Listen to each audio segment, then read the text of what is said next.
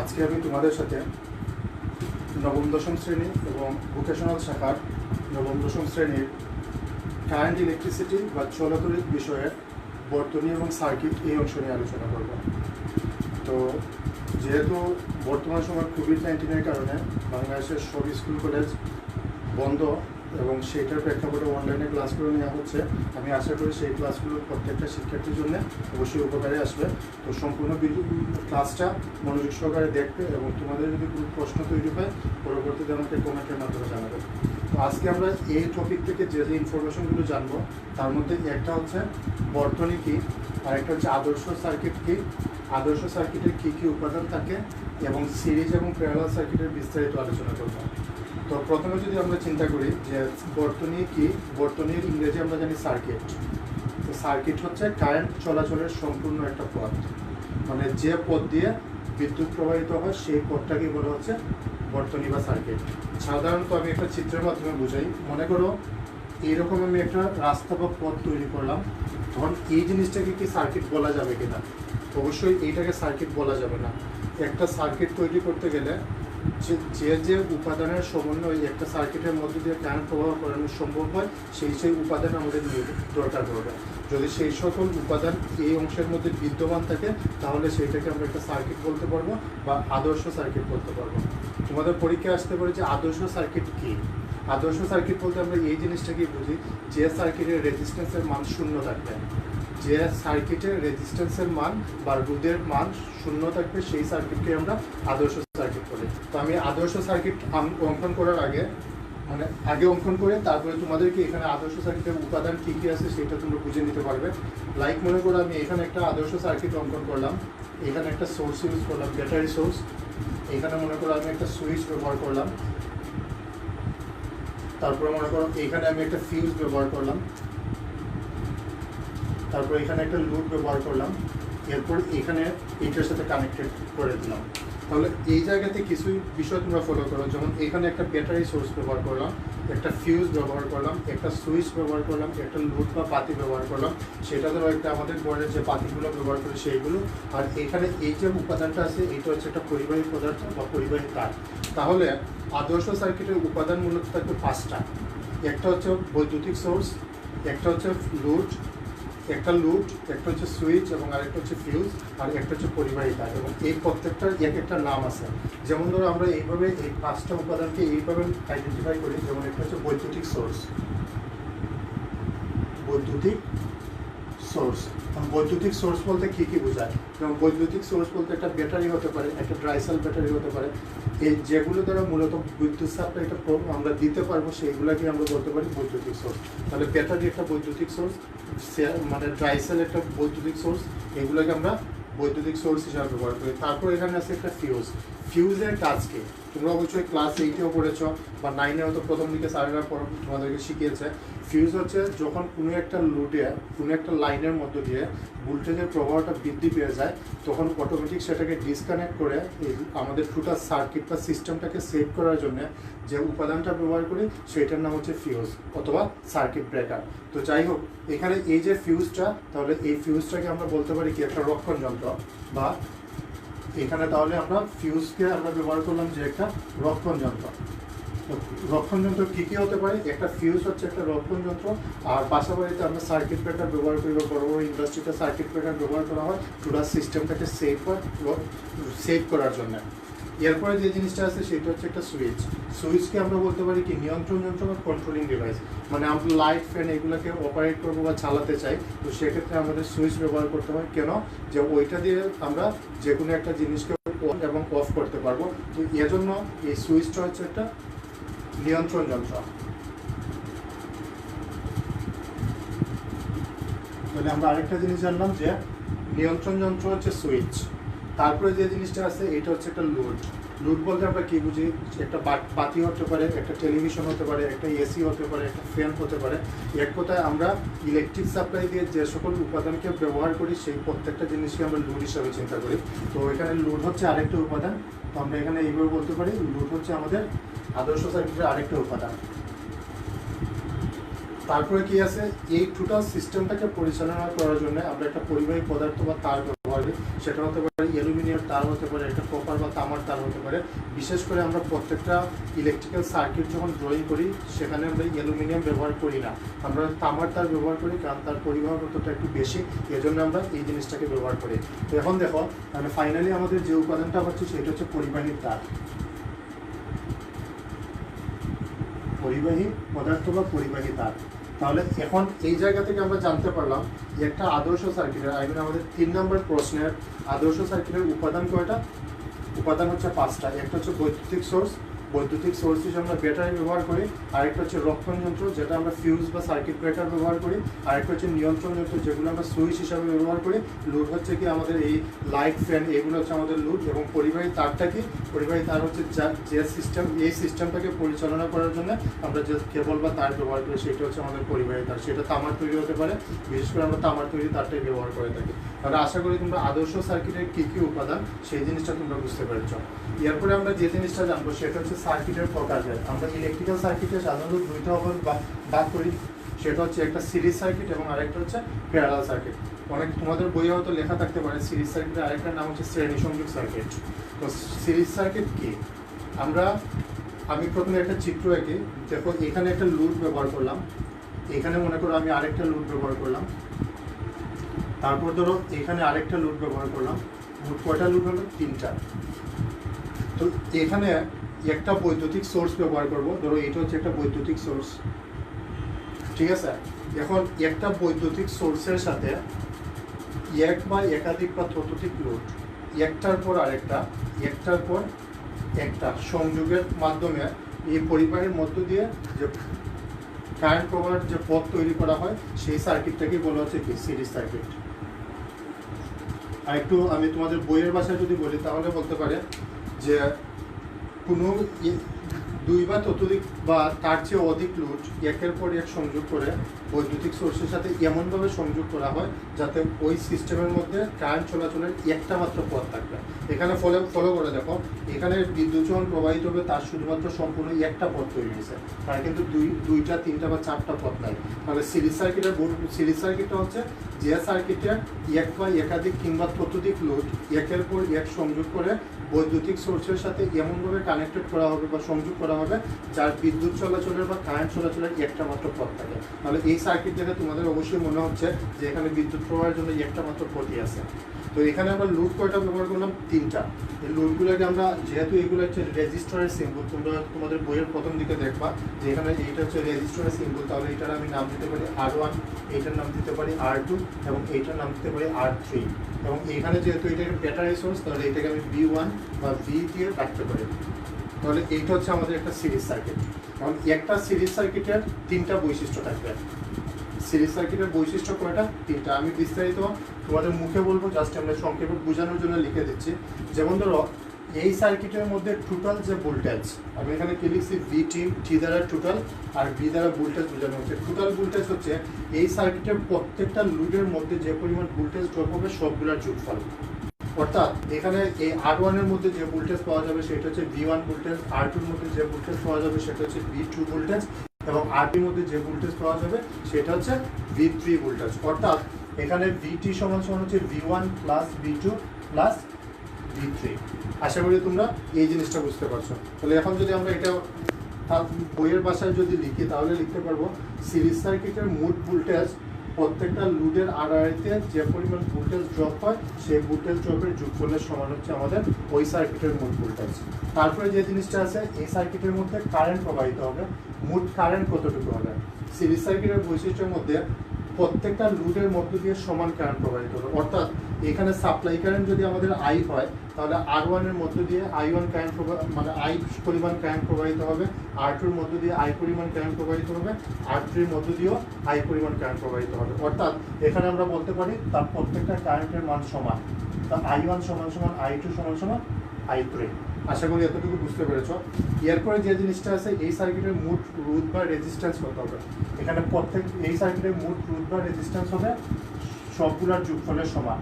তাহলে R1 plus R2 plus R3। তাহলে এই 3টা বৈশিষ্ট্য হচ্ছে একটা সিরিজ সার্কিটের বৈশিষ্ট্য, ঠিক আছে। এরপরে দেখো এখান থেকে আমরা অসংখ্য লুড আছে, 3টা লুড আছে, 3টা লুডকে যদি একটা লুড বানাতে চাই 3টা একসাথে যোগ করলে আমরা আরটি পাবো। তাহলে ওই জিনিসটাকে বলা হচ্ছে একটা সার্কিটের সমতুল্য রোধ বা সমতুল্য রেজিস্ট্যান্স, যাকে ইংরেজিতে বলা হয় কি ইকুইভ্যালেন্ট রেজিস্ট্যান্স। তো এই জিনিসটা আমরা পরে তোমাদেরকে অঙ্কের মাধ্যমে দেখাবো। এরপরে দেখো আমি যদি একটা প্যারালাল সার্কিট যদি অঙ্কন করি, মানে এখন আমি তোমাদেরকে প্যারালাল সার্কিটটা দেখাবো।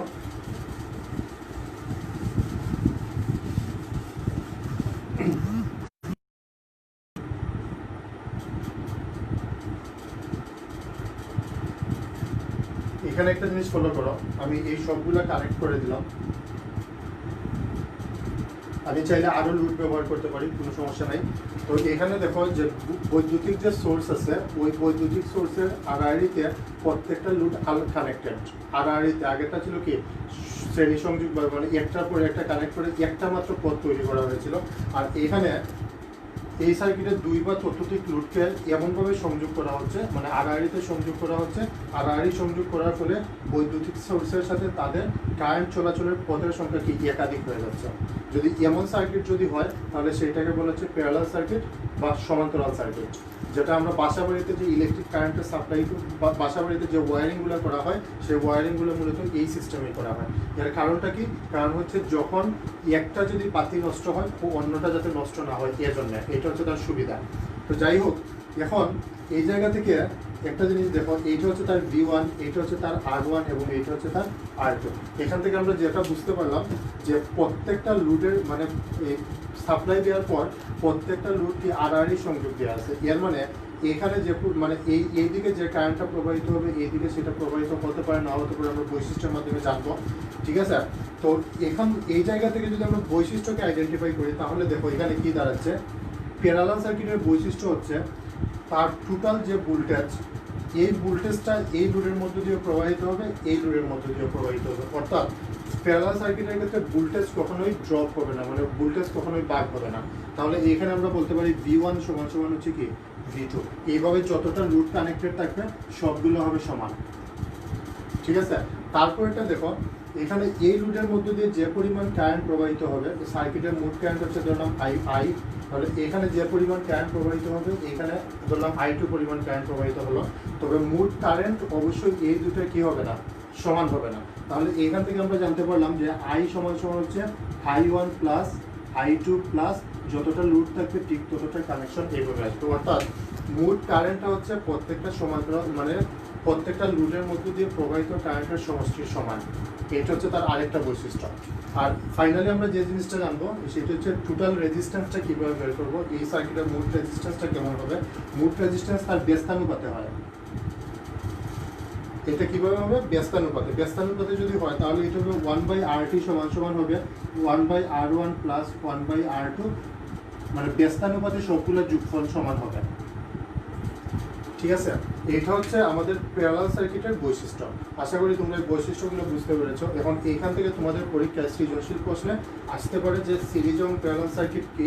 সিরিজ প্যারালাল সার্কিটের সার্কিট অঙ্কন করে দেখা, সিরিজ প্যারালাল সার্কিটের পার্থক্য অথবা বৈশিষ্ট্য উল্লেখ করে। যদি পার্থক্য বলে তাহলে তোমরা প্রথমে সংজ্ঞা দিয়ে দিবা, তারপর একটা চিত্র দিবা, তারপর এই 3টা বৈশিষ্ট্য দিবা, তাহলে তোমাদের মোট 5টা পার্থক্য হয়ে যাবে। তো আশা করি এই 5টা পার্থক্য দিলে তোমাদের 2 নম্বর প্রশ্নে 3 মার্ক সহজে আনসার করা সম্ভব হয়ে যাবে। যাই হোক, এখন আমি তোমাদেরকে একটা সিরিজ সার্কিটের একটা ম্যাথ এবং একটা প্যারালাল সার্কিটের একটা ম্যাথ দেখাবো। ম্যাথ দেখানোর পরে আজকের ক্লাসটা আমরা এখানে শেষ করে নেব। যদি তোমাদের বুঝতে কারো কোনো সমস্যা হয় তাহলে অবশ্যই আমাকে কমেন্টের মাধ্যমে জানাতে পারো। দেখো, আমি এখন একটা ম্যাথ যদি করতে চাই তাহলে এই ম্যাথের ক্ষেত্রে আমি ধরো একটা সিরিজ সার্কিট অঙ্কন করলাম। এটা হচ্ছে একটা সিরিজ সার্কিট, আমি লুড 3টা ব্যবহার করলাম, এখানে একটা ভোল্টেজ। ঠিক আছে? ধরো এখানে আমাদের ভোল্টেজ দেওয়া আছে 6 ভোল্ট। ধরলাম আমাদের এখানে ভোল্টেজ দেওয়া আছে 6 ভোল্ট। এখানে রেজিস্টরের একক তোমরা জানো ওহম। ঠিক আছে?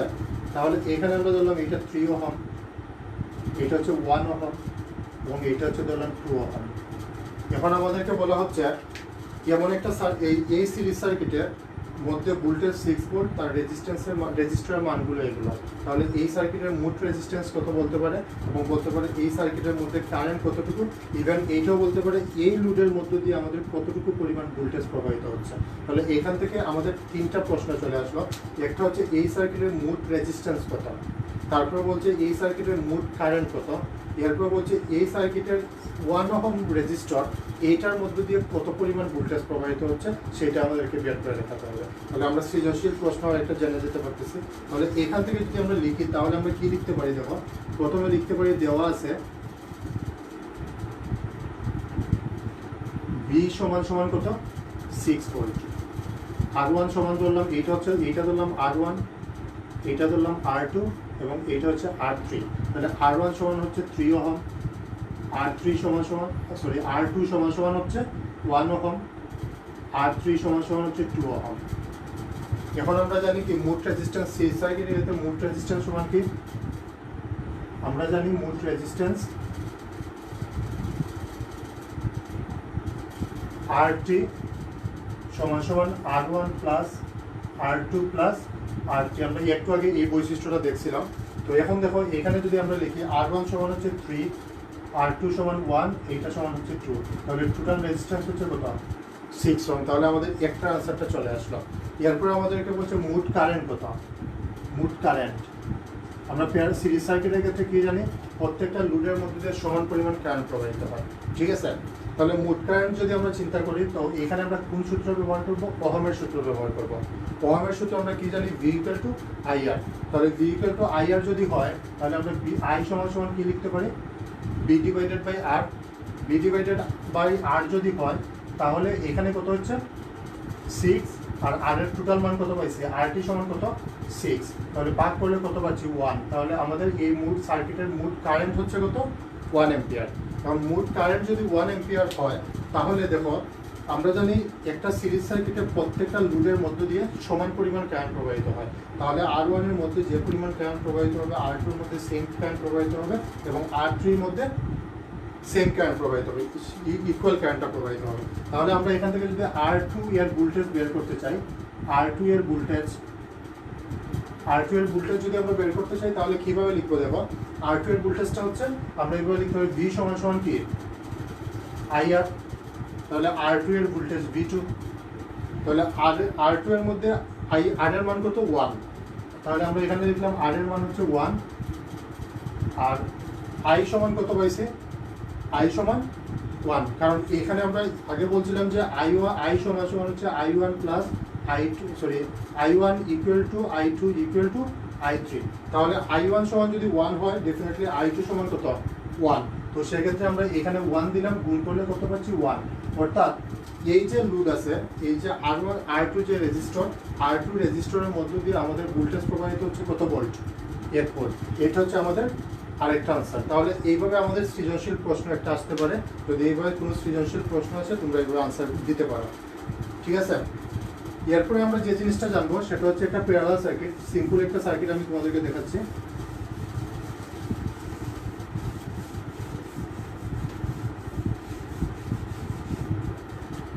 ধরো এখানে একটা রেজিস্টর ভোল্টেজ সোর্স দিলাম, এখানে একটা রেজিস্টর এবং এখানে একটা রেজিস্টর দিলাম। এইটার মান দিলাম আমি 6 ভোল্ট, এটার মান দিলাম আমি 2 ভোল্ট এবং এটার মান দিলাম আমি এটা হচ্ছে 2 ওহম এবং এটা হচ্ছে 3 ওহম, ঠিক আছে। এখন আমাদেরকে বলা হচ্ছে এই সার্কিটের মোট কারেন্ট কত, এই সার্কিটের মোট রেজিস্ট্যান্স কত এবং এই সার্কিটের ধরো এই লোডের মধ্যে দিয়ে কত পরিমাণ কারেন্ট প্রবাহিত হচ্ছে সেটা আমাদেরকে বের করতে বলা হলো বা ভোল্টেজ কত বের বলা হলো। তো প্রথমে আমরা কি লিখবো, সিমিলারলি দেখো দেওয়া আছে V সমান 6 ভোল্ট, R1 এইটাকে ধরলাম R1 এবং এইটাকে ধরলাম R2। তাহলে R1 সমান সমান আছে 2 ওহম, এইটা সমান কত R2 সমান সমান, আচ্ছা আমি এটাকে সমান 2 ওহম দিয়ে দিলাম যাতে আমাদের ক্যালকুলেশনের সুবিধার জন্য, নতুবা আবার ক্যালকুলেটর ইউজ করতে হবে। আপাতত ক্যালকুলেটর আমার হাতে নাই, তো যাই হোক আমি সহজ মানটা দিয়ে দিলাম। তো এখানে এইটা দিলাম 2 ওহম, ঠিক আছে। তো প্রথমে যদি আমরা মোট রেজিস্ট্যান্স বের করি, মোট রেজিস্ট্যান্স RT সমান সমান জানি কি R1 সমান্তরাল R2, এইভাবে আমরা লিখতে পারি। এই চিহ্ন দ্বারা আমরা সমান্তরাল চিহ্ন বুঝাই বা প্যারালাল চিহ্ন বুঝাই। তো এইটুকু সমান আমরা লিখতে পারি, দেখো আমি তোমাদের এইভাবে না লিখে ইন জেনারেলি আমি লিখে দিচ্ছি 1/RT সমান সমান আমরা লিখতে পারি 1/R1 প্লাস 1/R2, ঠিক আছে। তো এখন এইটাকে যদি আমি লসাগু হিসাবে নেই তাহলে লিখতে পারি R1 ইন্টু R2, এটা হচ্ছে R2 প্লাস R1, ওকে। আর এখানে কত আছে 1/RT। এখন যদি আমি RT টোটাল রেজিস্ট্যান্স যদি বের করতে চাই তাহলে কি আড়াআড়ি গুণ করব, আড়াআড়ি যদি গুণ করি তাহলে এইটার সাথে এই অংশ গুণ হবে, এইটার সাথে এইটা, তাহলে উপরের দিকে চলে যাচ্ছে R1 ইন্টু R2 আর নিচে চলে আসতেছে কি R1 প্লাস R2। তাহলে মোট রেজিস্ট্যান্স যখন বের করবো তখন আমরা এই মানটা ব্যবহার করবো, ঠিক আছে। এখন দেখো আমি এখানে যদি মানটা যদি বসায় দিই তাহলে কি হচ্ছে R1 সমান হচ্ছে 2, R2 সমান হচ্ছে 2, R1 সমান 2, R2 সমান 2, তাহলে এটা হচ্ছে 4/4 ইকুয়াল টু 1। অর্থাৎ এই সার্কিটের এই যে দুইটার মোট রেজিস্টর, এই রেজিস্টরের মধ্য দিয়ে মোট রেজিস্ট্যান্স কত 1 ওহম, ঠিক আছে। তাহলে আমাদের মোট রেজিস্ট্যান্সটা চলে আসলো। এরপরে আমরা কি করব, এরপরে এই সার্কিটের মোট কারেন্টটা কত সেইটা আমরা বের করবো। আমরা এই সার্কিটের যদি মোট কারেন্ট যদি বের করতে চাই তাহলে আমরা কীভাবে লিখতে পারি, আমরা নর্মালি দেখো একটা জিনিস আগে বলছিলাম যে আমরা জানি যে এখানে এই যে সার্কিট, এখানে লোড যে ব্যাটারি সোর্স যেটা আছে প্রত্যেকটার মধ্য দিয়ে সমান ভোল্টেজ প্রবাহিত হয়, কিন্তু প্রত্যেকটার মধ্য দিয়ে ডিফারেন্স বা আলাদা আলাদা মানের কারেন্ট প্রবাহিত হয়। তাহলে এখন আমি যদি এখানে যদি সরাসরি যদি আমি এই ওহমের সূত্র ব্যবহার করি তাহলে কারেন্টের মানও বের করতে পারবো। কারণ কি, যেহেতু এখানের মধ্যে ভোল্টেজটা কত প্রবাহিত হচ্ছে 6 ভোল্ট, এখানে কত ভোল্টেজ প্রবাহিত হচ্ছে 6 ভোল্ট, তাহলে দেখো এখানে যদি আমি লিখি R1 এর কারেন্ট, R1 এর কারেন্ট, R1 এর কারেন্ট যদি লিখি তাহলে সেটা হবে কি I1 সমান V1 ডিভাইডেড বাই R1 ওহমের সূত্র। তাহলে V1 সমান কত V6 ডিভাইডেড বাই R1 এর মান কত 2, যদি 2 হয় তাহলে এখানে হচ্ছে কত 3 ভোল্ট 3 অ্যাম্পিয়ার। তাহলে বোঝা গেল এইটার মধ্যে দিয়ে কত কারেন্ট প্রবাহিত হচ্ছে 3 অ্যাম্পিয়ার কারেন্ট প্রবাহিত হচ্ছে। আবার যদি আমরা এখানে যদি লিখি R2 এর কারেন্ট, R2 এর কারেন্ট যদি লিখি তাহলে লিখবো I2 divided by V2 divided by R2। V2 এর মান কত, V2 এর মান অবশ্যই 6, যেহেতু প্যারালাল সার্কিটে ভোল্টেজ সমান থাকে তাহলে এখানে আমরা লিখলাম 6, এখানে দিলাম 2 ইকুয়াল টু 3 অ্যাম্পিয়ার। অর্থাৎ এখান থেকে আমরা আরেকটা জিনিস বুঝলাম যে R1 এর মধ্য দিয়ে 3 অ্যাম্পিয়ার কারেন্ট প্রবাহিত হচ্ছে, R2 এর মধ্য দিয়ে কি 3 অ্যাম্পিয়ার কারেন্ট প্রবাহিত হচ্ছে। তাহলে মোট কারেন্টটা কি দেখো, মোট কারেন্ট হচ্ছে IT সমান সমান কি I1 প্লাস I2, তাহলে 3 প্লাস 3 সমান সমান হচ্ছে কত 6 অ্যাম্পিয়ার। তাহলে এই সার্কিটের মধ্যে টোটাল কারেন্ট হচ্ছে 6 অ্যাম্পিয়ার। এখন যদি তোমাদেরকে বলা হয় এইটার মধ্যে কারেন্ট কত দেখাই দিলাম, এইটার মধ্যে কারেন্ট কত তাও দেখাই দিলাম, মোট কারেন্ট কত সেটাও দেখাই দিলাম, আমরা এইভাবে সলিউশন করতে পারি। ইভেন আমরা যদি অন্যভাবে চাই সরাসরি ওহমের সূত্র ব্যবহার করলে তাও করতে পারি। কিভাবে, এখানে মোট রেজিস্ট্যান্স কত আছে 1 ওহম, ভোল্টেজ কত আছে 6 ভোল্ট, তাহলে আমরা যদি সরাসরি যদি ওহমের সূত্র ইউজ করি তাহলে আমরা লিখতে পারি অতএব মোট কারেন্ট V ইকুয়াল টু, আমরা জানি কি IR, তাহলে I ইকুয়াল টু কি D divided by R। V এর মান হচ্ছে 6, R এর মান হচ্ছে 1 সমান সমান 6 অ্যাম্পিয়ার। তোমরা চাইলে এইভাবে এটাকে করতে পারো আর চাইলে এইভাবেও করতে পারো। আমি তোমাদের দুইটা ওয়ে দেখাই দিয়েছি এই কারণে, যদি তোমাদের পরীক্ষায় বলে এইটার মধ্যে দিয়ে কত পরিমাণ কারেন্ট আছে সেইটা বের করে দেখাতে পারবা, যদি বলে এইটার মধ্যে দিয়ে কত পরিমাণ কারেন্ট আছে সেইটা বের করে দেখাতে পারবা, যদি বলে মোট কারেন্ট কত এইভাবে বের করে যোগ করে দিলে হবে, অথবা সরাসরি এইভাবে ইকুয়েশনে বসায় দিলে তোমাদের হয়ে যাবে। আশা করি তোমরা বুঝতে পেরেছো। আজকে এই পর্যন্তই। আগামী ক্লাসে ইনশাল্লাহ তোমাদের সাথে আমি পাওয়ার নিয়ে আলোচনা করবো, মানে পাওয়ার সম্পর্কে আলোচনা করা হবে। যদি তোমাদের এই টপিকগুলোতে কোনো প্রবলেম হয় অবশ্যই আমাকে জানাবো, আমি তোমাদের ইনশাল্লাহ সলিউশন দেওয়ার চেষ্টা করবো। আজকে এই পর্যন্ত, ভালো থাকো সবাই, ধন্যবাদ সবাইকে।